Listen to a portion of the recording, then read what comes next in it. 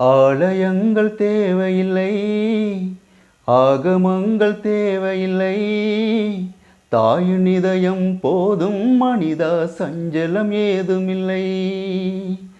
தாய்ப்பால தெய்வமும் இல்லை, தாயின்றி ஜீவனும் இல்லை, தாயின் அன்பு கடனை திருப்பி தந்தவன் யாருமில்லை.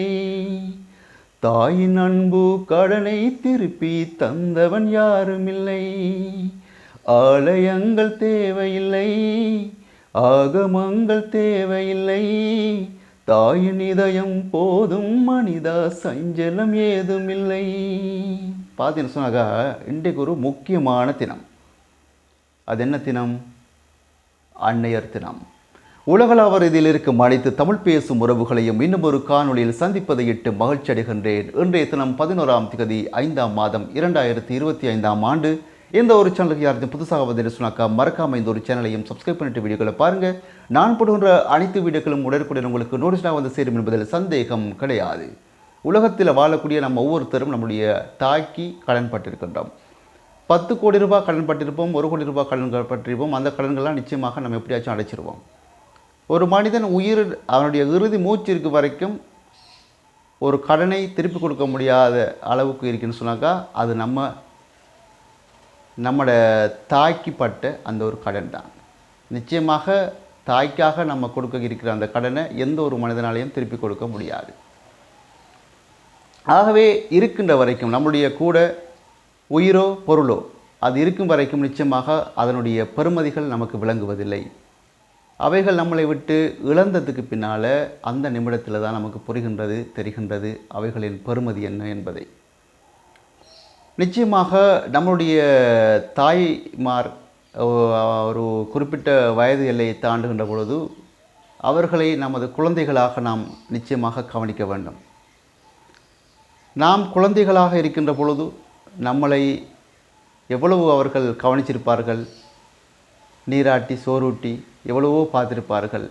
அதே பருவத்தை அவர்கள் அடைகின்ற பொழுது, அதாவது அவர்கள் ஒரு குறிப்பிட்ட வயதை தாண்டுகின்ற பொழுது அவர்களும் அவ்வாறான குழந்தைகளாக மாறுகிறார்கள். ஆனால் அந்த நேரத்தில் நாம் நம்மளில் ஒரு சிலர் என்ன பண்ணுகிறோம்? நமது தாய்மாரை கொண்டு எங்கெங்கேயோ ஒரு இல்லத்தில் விட்டுவிட்டு நாம் மட்டும் நிம்மதியாக வீட்டில் வாழ்ந்து கொண்டிருக்கின்றோம். எத்தனையோ இடங்களில் இந்த சம்பவங்கள் பதிவாயிருக்கின்றது. எமது தாயை கவனிப்பதற்கு சிரமமாக இருக்கின்றது என்று சொல்லி அநாத ஆசிரமங்களில் கொண்டு சேர்க்கப்பட்ட எத்தனையோ தாய்மார்கள் இன்றைய உலகத்தில். நிச்சயமாக நாம் இருக்கும் வரைக்கும் இந்த துனியா உலகம் வாழ்க்கை என்பது ஒரு சிறிய சொற்ப காலம். இந்த ஒரு சொற்ப காலத்துக்குள்ளே பார்த்தீங்கன்னு சொன்னாக்கா மிஞ்சி போனால் ஒரு 60 ஆண்டு கூட ஒரு மனிதனுக்கு கூடிய வாழ்க்கை தான். 60 வயசுக்கு மேலே வாழ்கிற வாழ்க்கை சும்மா ஏனோத்தானோண்டு தான்.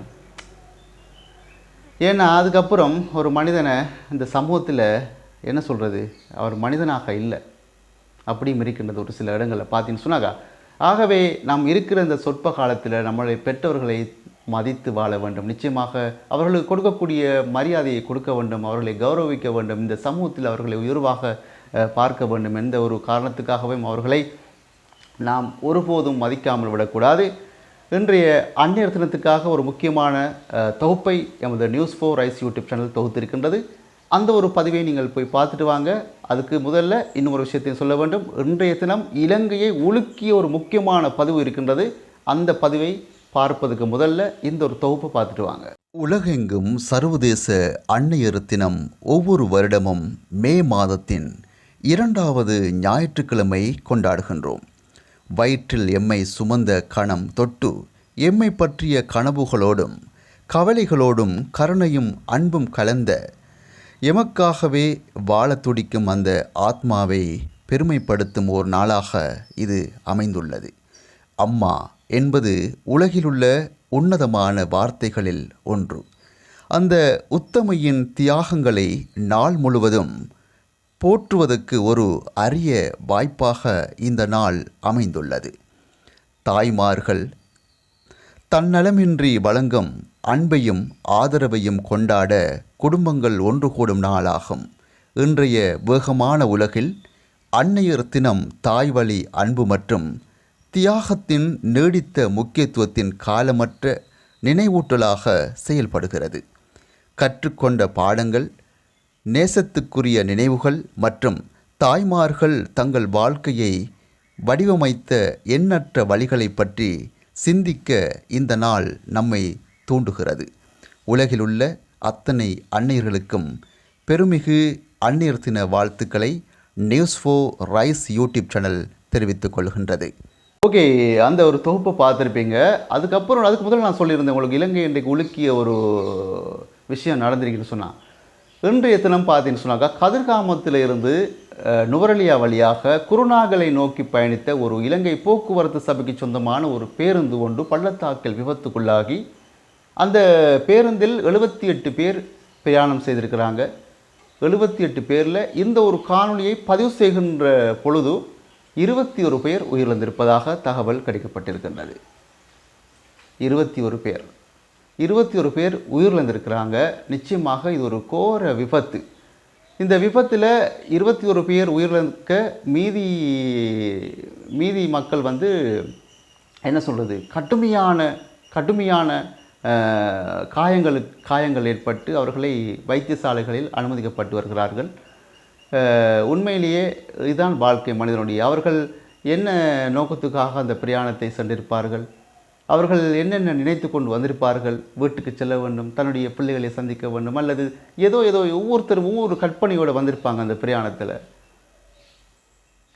இதான் வாழ்க்கைன்னு சொல்லுது, சொற்பகால வாழ்க்கைன்னு சொல்லுது. இதுதான் யாருக்கு எப்போது என்ன நடக்கும்னு தெரியாது. ஆகவே இருக்கும் வரைக்கும் ஒரு மனிதன் நிச்சயமாக சந்தோஷமாக வாழ வேண்டும். அடுத்தவன் மீது பொறாமை கொள்ளக்கூடாது.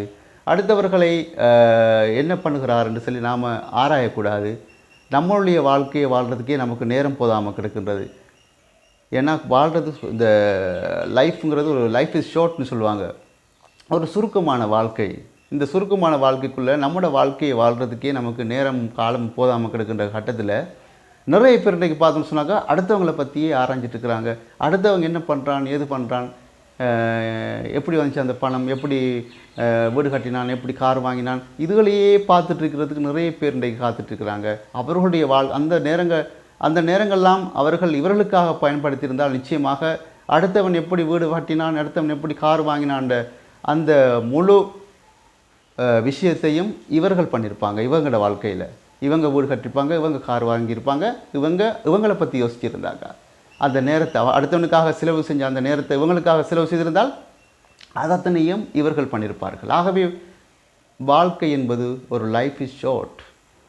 இருக்கும் வரைக்கும் நிம்மதியாக சந்தோஷமாக நம்முடைய வாழ்க்கையை பயணிக்க வேண்டும். இவ்வளோதான் வாழ்க்கை.